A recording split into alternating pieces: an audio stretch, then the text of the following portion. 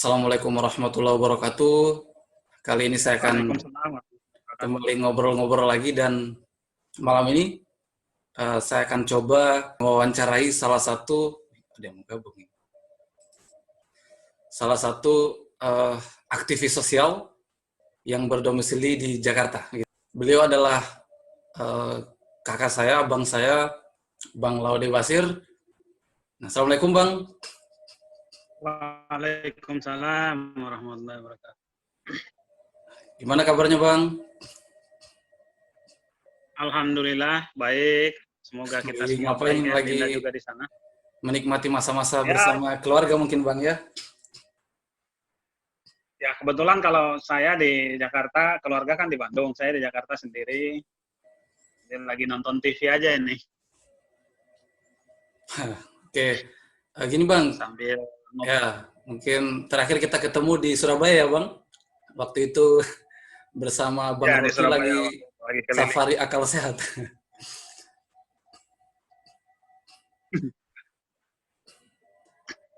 Nah, Iya, iya. kita akan coba ngobrol-ngobrol tentang isu saat ini, tentang pandemi, tentang kebijakan pemerintah untuk mencoba menangani atau membatasi penyebaran COVID-19 ini Bang. Oke, mungkin kita mulai dari Jakarta Yes. dulu mungkin Bang, dari DKI Jakarta karena kita tahu meskipun Boleh. tapi pusat perekonomian di Indonesia ini Masih kan sekarang, masih. masih ya.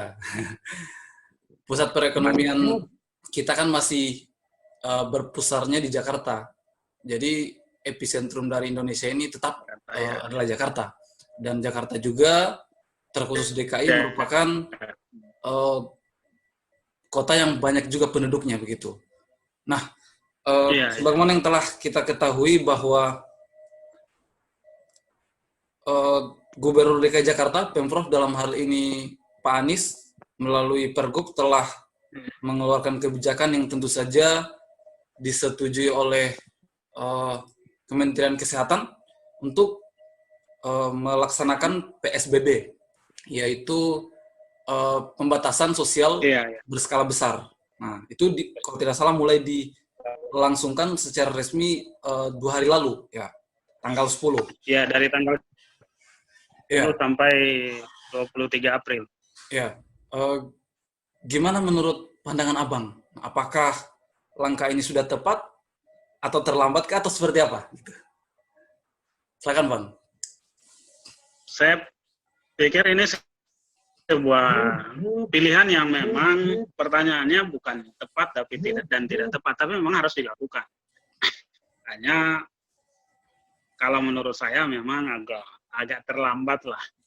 Sebaiknya dari awal, dari dulu. Makanya kalau Jakarta memang Pak Tuk, dalam hal ini Pak Anies sudah bergerak lebih awal. Hanya memang kan secara administrasi ada syarat-syarat yang harus dipenuhi, karena tidak bisa kita memandang Jakarta satu kesatuannya. Terlepas begitu, dia kan satu kesatuan dengan Indonesia secara umum,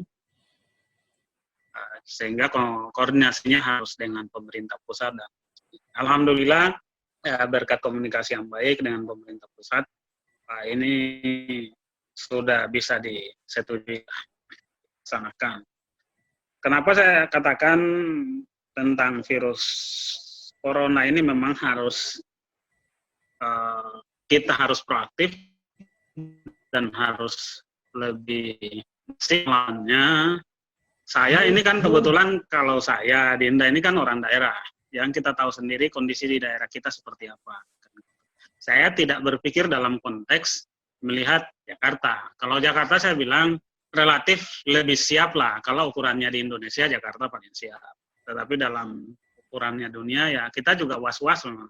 Apa yang saya katakan permasalahan siap dan tidak siap. Misalkan kita bertanya tentang kesiapan rumah sakit kita, kesiapan peralatan medis kita, kesiapan tenaga medis kita. Ini kan sangat minim, terutama bagi kita di daerah. Makanya kita takut, nah virus ini kalau bisa dihentikan, ya cukup di Jakarta saja. Jangan sampai menyebar ke luar daerah, keluar Jakarta lah, seperti itu.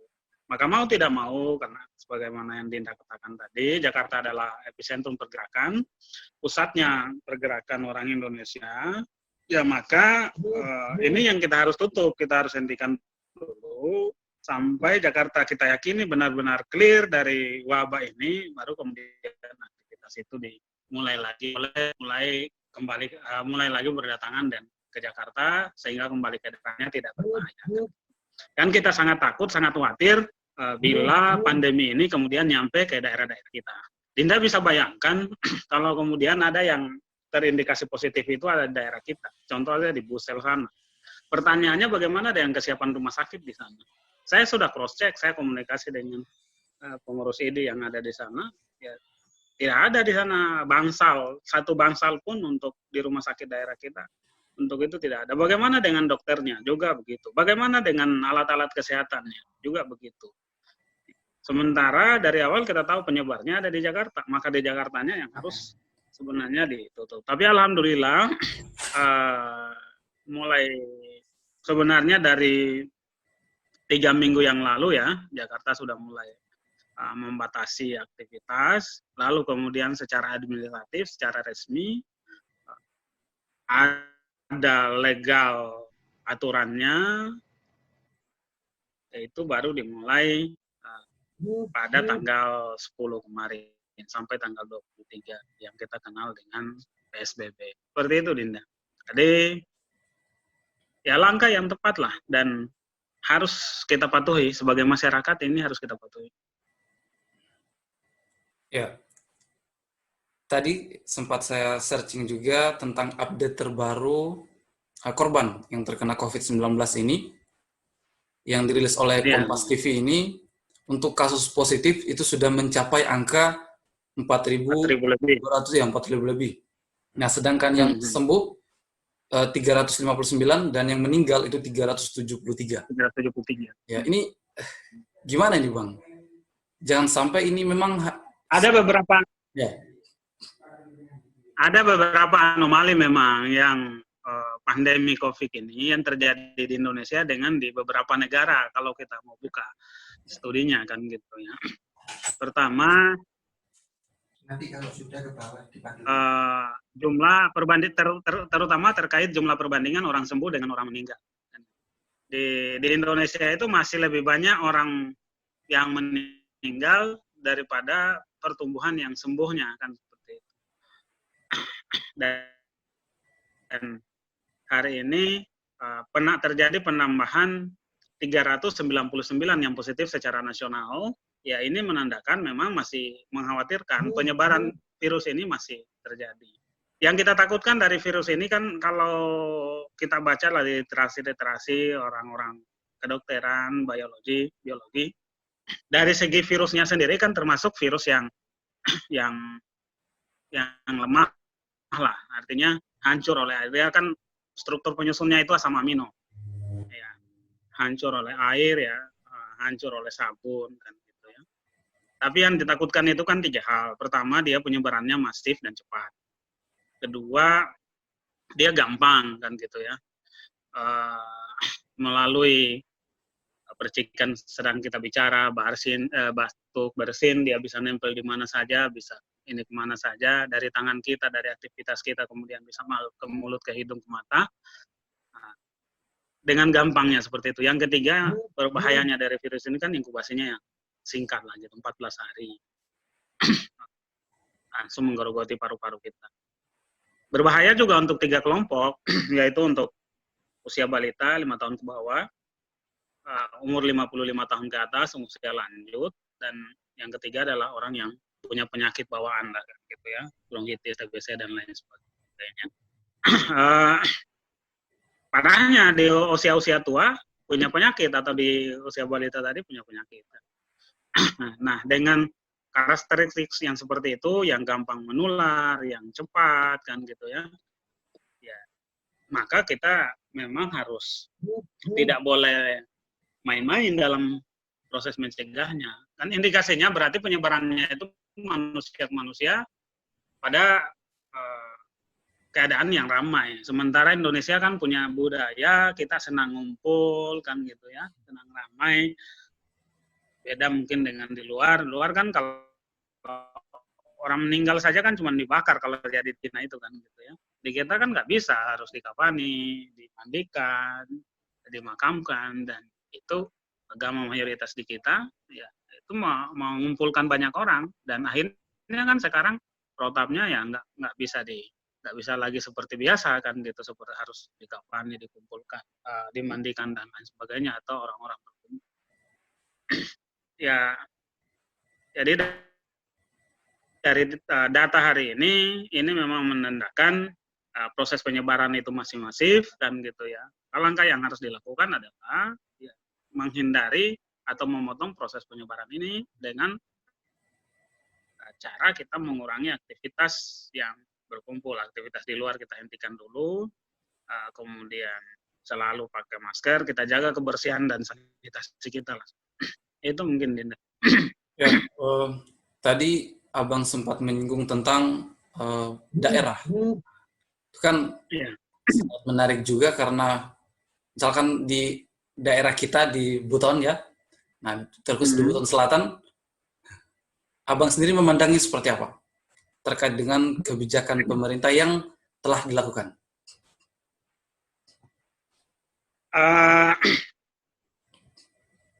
Saya cukup update melalui adik-adik mahasiswa di sana, melalui aktivis-aktivis di sana. Kebetulan juga kan kita WA, Facebook. Kalau kebijakan secara real nyata saya belum melihat, yang ada baru himbauan-himbauan saja dari pemerintah. Bahkan saya pernah komen dan melihat menemukan di Facebook itu ada petugas kesehatan kita yang menjaga perbatasan masuknya. Kan akibat ini warga Buton Selatan itu kan banyak merantau menjadi tenaga kerja di mana-mana sampai ke Malaysia. Kemudian akibat corona ini kan perusahaan dia bekerja ataupun ya tempat dia bekerja itu berhenti sehingga mereka pada pulang.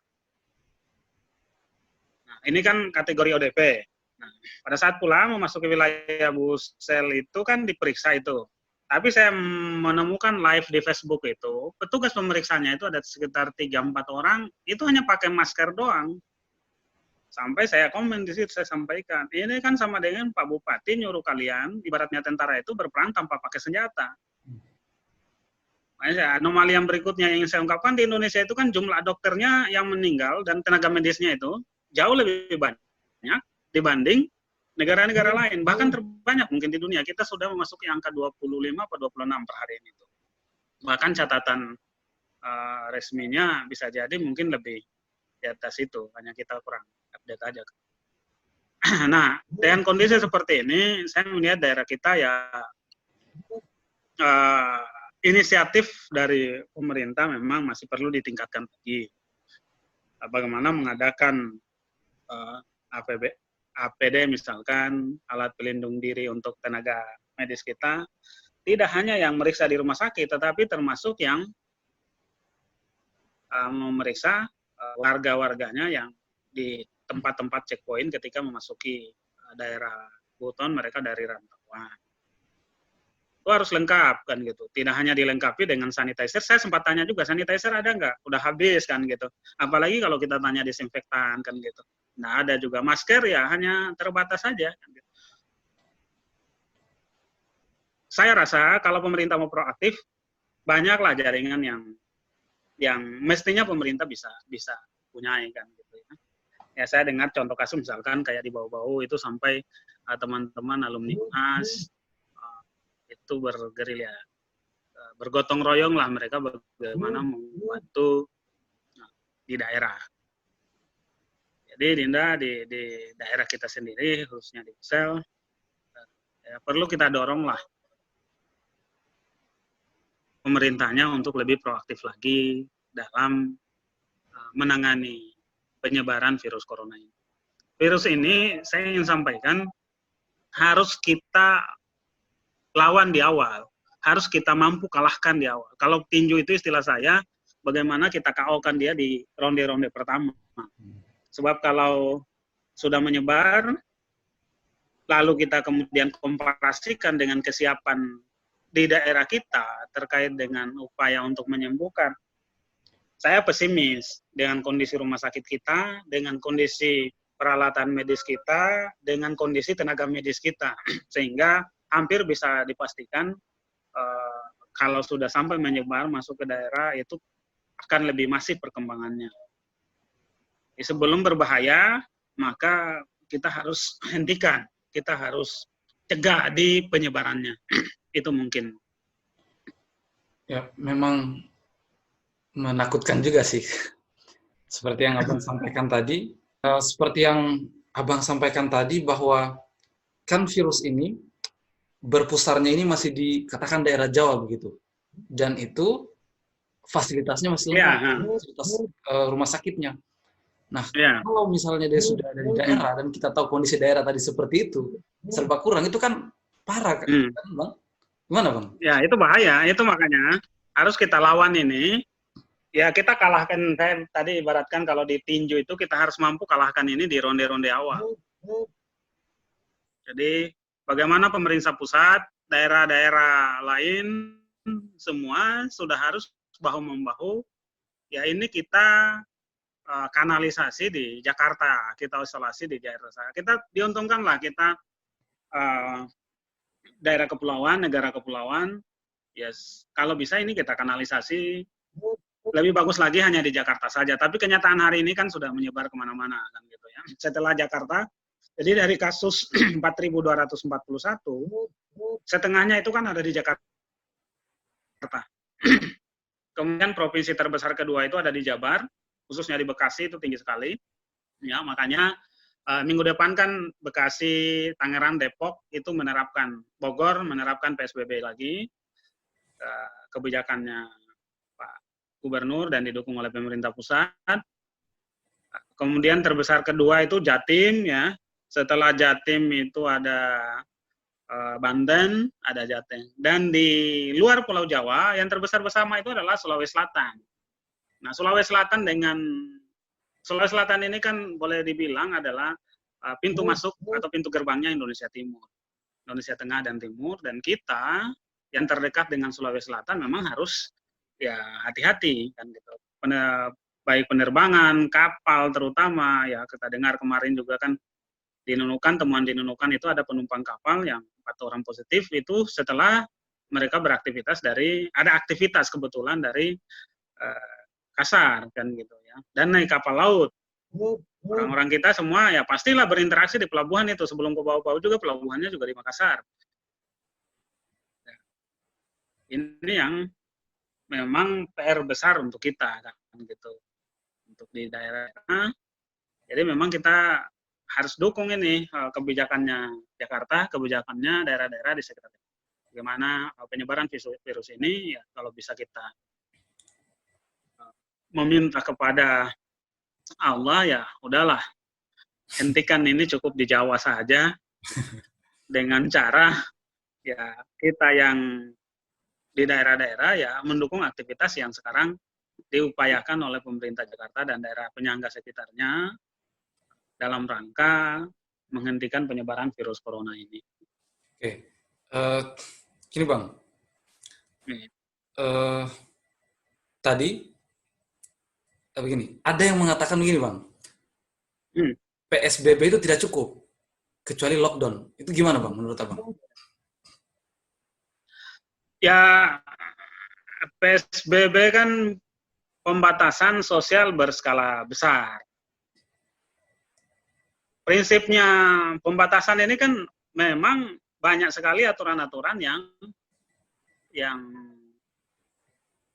tidak dibolehkan. Hampir kalau kita baca literasi juga sama aja, mirip-mirip lockdown, walaupun memang lockdown semuanya serba tidak boleh kan gitu ya. Kalau PSBB kan masih ada beberapa poin yang dibolehkan. Ya, pusat pemerintah kita mengambil kebijakan ini juga dengan berbagai pertimbangan, tentu terkait kesiapan pemerintah daerah yang didukung oleh pemerintah pusat, terutama dalam terkait dengan penanganan dampak sosialnya kan gitu. Misalkan terkait dengan makanan, begitu kita batasi, kita lockdown kan harus dijamin 100% keberlangsungan hidup tidak hanya manusia, bahkan binatang ternak dan lain sebagainya juga harus dijamin. Nah, kita fokus saja di manusia misalkan, ya kalau lockdown secara total itu harus negara mampu memberikan itu semua, menjamin itu semua. Kalau PSBB kan yang sekarang itu dicoba dibantu oleh pemerintah, ditanggung oleh pemerintah hanya kelompok-kelompok masyarakat yang terdampak langsung akibat pembatasan ini, yaitu mereka-mereka dari kalangan kurang beruntung lah. Kalau kita buka data statistik kan masyarakat kita ini oleh BPS sudah dikelompokkan, ada kelompok masyarakat miskin, hampir miskin, rentan miskin kan. Nah, imbasnya akibat pembatasan ini kan terdampak langsung mereka kelompok miskin. Makanya pemerintah harus menyiapkan dana talangan sosial untuk membantu dalam bentuk paket sembako, kemudian juga uang yang didistribusikan kepada masyarakat. Berapa kesiapannya itu ya mereka mungkin sudah hitung, dan paling bijak kita ambil kebijakan adalah PSBB ini. Oke Bang. Itu jadi mudah-mudahan lah dengan cara ini juga dengan kebijakan PSBB di Jakarta sekali ini sudah masuk hari ketiga. Saya lihat betul dari Jumat, Sabtu memang kita sangat turun lah. Udah Jakarta juga jadi segar kan, jadi sangat minim kan gitu. Gini Bang, RT RW LMK di kampung-kampung di Jakarta juga semuanya pada aktif membatasi wilayahnya masing-masing. Ya, ini Bang, kalau kita kembali ke daerah tadi, kalau kita kembali ke daerah misalkan di Buton Selatan tadi, mungkinkah kita bisa melihat daerah lain cara penanganan COVID-nya, kemudian kita terapkan di daerah kita, gimana Bang? Kalau saya justru kalau lihat Buton Selatan, menurut saya itu jauh sangat lebih bagus, bisa lebih gampang kan gitu. Kenapa saya bilang lebih gampang? Kita kan model perkampungannya kampung-kampung dan rumah itu tidak sepadat di Pulau Jawa kan gitu ya. Rumahnya memanjang di pinggir jalan, ke belakangnya itu kan tidak terlalu banyak kan. Atau kalau kita ambil contoh kita kayak di Buton Selatan, saya yakin kita sangat dampak sosialnya itu bisa kita minimalisir karena mayoritas masyarakat kita petani, nelayan kan gitu ya. Jadi sumber bahan pokok makanannya yang disubsidi, disuplai dari pemerintah itu lebih sedikit, sehingga anggaran yang harus disiapkan oleh pemerintah juga sedikit. Kita misalkan bisa membatasi kawasannya per pulau saja, misalkan Siompu kan gitu, Kadatua, Batu Atas, kemudian yang ada di daratan. Daratan itu misalkan kita siapkan 2 pintu saja, misalkan satu yang dari perbatasan Buton dengan Busel yang di daerah NDA sana, satu yang di daerah Lawela itu. Ya, itu diperiksa aja semua, checkpoint di situ ada kan gitu, kita batasi aktivitasnya orang hanya mau di dalam kan gitu ya, himbauan yang baru pulang merantau yang apa semua disiapkan itu, rumah-rumah ataupun ini kita bisa, pemerintah misalkan bisa menyewa rumah penduduk atau membangunkan tenda sebagai posko untuk karantina sementara, ya isolasi sementara selama 14 hari setiap orang yang baru masuk dari daerah luar kan gitu ya, baru pulang dari merantau. Sehingga jauh lebih sederhana lah kita mengilustrasikan penerapan PSBB di daerah kita dibandingkan dengan di kota-kota besar. Alasannya karena kita daerah yang tidak terlalu padat, mayoritas pekerjaan masyarakat kita adalah petani nelayan, dan itu ada di situ kan gitu ya, ada di kampung sendiri, sehingga kan mereka tetap beraktivitas dengan tidak banyak berkerumun, yaitu ya ke kebun masing-masing, ke yang nelayan turun ke laut, makan untuk menanggung dirinya, rumah masing-masing itu setiap kepala keluarga. Beda dengan di kita kan, kalau di kota itu orang begitu tidak punya pekerjaan itu ya nggak ada, harus disuplai dari pemerintah. Kan. Sangat bisa diterapkan dan sangat jauh lebih sederhana, lebih mudah untuk di daerah kita. Ya Bang, terakhir mungkin Bang. saya minta pendapat Abang ini. eh, Akhir-akhir ini saya melihat bahwa mungkin ini hanya asumsi saya saja mungkin Bang, bahwa kok negara secara umum atau katakanlah pemerintah pusat begitu, kalau menggelontorkan dana untuk katakanlah menjamin kebutuhan masyarakat itu kayak sangat sulit gitu Bang. Nah, sedangkan kalau misalnya menggelontorkan dana untuk proyek misalkan itu bisa miliaran, triliunan. Nah, sedangkan kan kita tahu tujuan negara kita adalah yang paling utama kan melindungi segenap bangsa Indonesia, gitu. Apalagi di saat dan kondisi seperti kesejahteraan ini, Bang. sosialnya.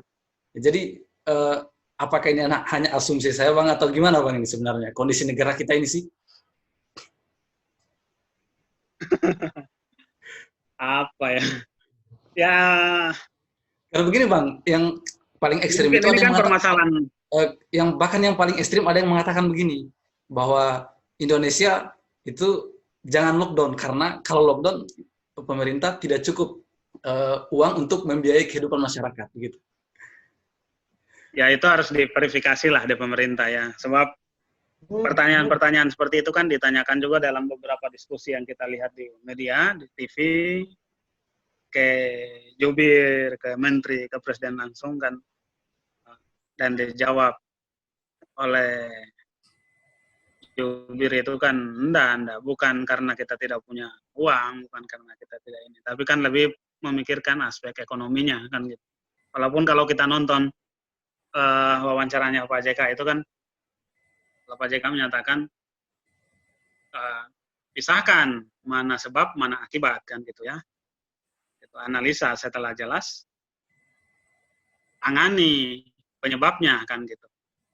Dalam konteks ini kan beliau ingin menyatakan antara penyebaran virus corona dan dampak ekonominya, dampak sosialnya, kita jangan terlalu konsentrasi kepada dampak ekonomi dan dampak sosial, karena itu akibat, dan gitu.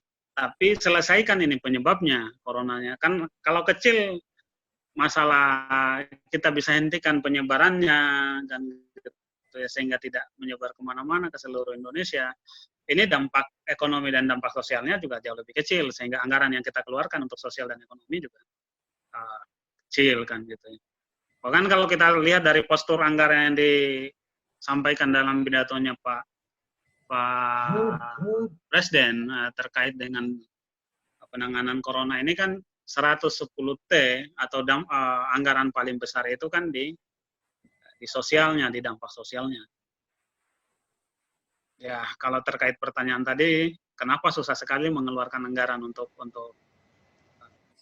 hal-hal yang sifatnya melindungi warga, kesejahteraan sosial dibanding dengan investasi, membangun jalan dan lain sebagainya. Itu mungkin kita harus tanyakan pada yang lebih kompeten lah kan. Ya, kepada pemerintah harusnya Pak ya, Bang ya. Terakhir mungkin Bang, closing statement ada yang ingin Diskusinya disampaikan mungkin harusnya kepada tidak sepihak begini. ya, Ya. mungkin ada yang ingin disampaikan kepada pemerintah mungkin atau kepada masyarakat, silakan Bang.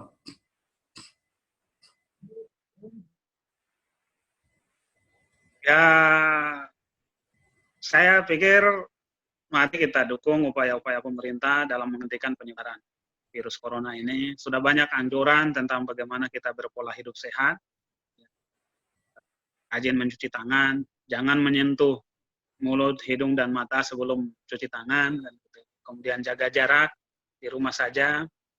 Ya, pola hidup sehat itu kita terapkan.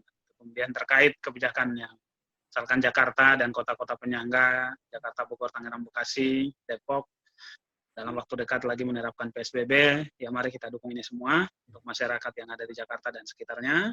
Pemerintah Busel Menyusul mungkin lagi Bang? misalkan di daerah-daerah lain. Pemerintah Busel, ya. Ya untuk pemerintah pusat ya, Busel, saya Buton pikir Selatan. oh ya untuk Buton Selatan dan daerah-daerah khususnya di Indonesia Timur, di luar Pulau Jawa, kita coba analisa, kita lihat kesiapan infrastruktur kita terkait penanganan ini sangat lemah.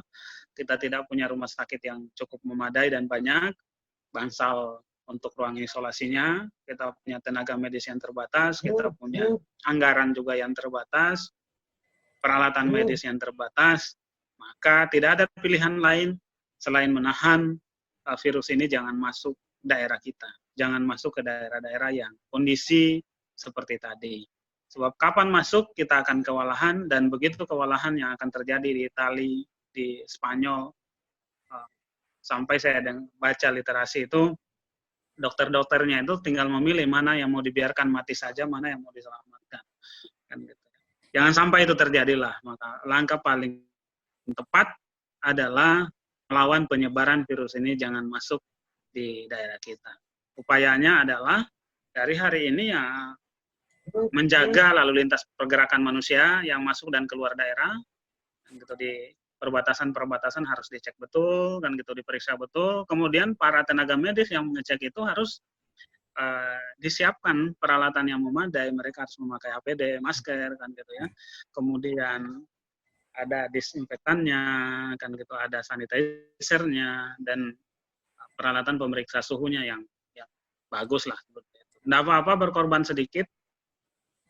Biaya saya rasa untuk membeli, saya sudah hitung-hitung, kalau diperketat itu di Busel setiap titik poin perbatasan itu ini kan paling di daratan itu butuh 2, di Siompu mungkin 2, di Kadatua 1, Batu Atas 1 checkpoint. Kalau satu shift itu 3 orang, berarti satu tempat checkpoint itu hanya 6, bisa bikin 2 shift lah seperti itu. Ya APD paling berapa itu, dan harganya kan bisa kita cari yang murah di Jawa ini. Banyak percetakan toh yang kita terima dari luar itu, Pak Ganjar bilang, kok saya kaget Made ini Indonesia. Artinya itu dibuatnya di Indonesia, dan kita bisa carilah koneksinya ke situ. Harganya berapa? Saya pun sebenarnya tahu itu semua, hanya ya tidak enak kalau kita tidak diajak bicara kan. Gitu. Oke, Bang, terima kasih waktunya malam ini. Siap, terima kasih. Terima kasih nih Dinda sudah ada inisiatif dan ide untuk diskusi secara online begini. Jadi ngobrol-ngobrol ini kita mau upload di YouTube. Lanjutkan untuk tema-tema yang lain. Kita mau upload di YouTube ini, Bang. Ngobrol-ngobrol ini di YouTube saya itu. Oh, boleh. Dia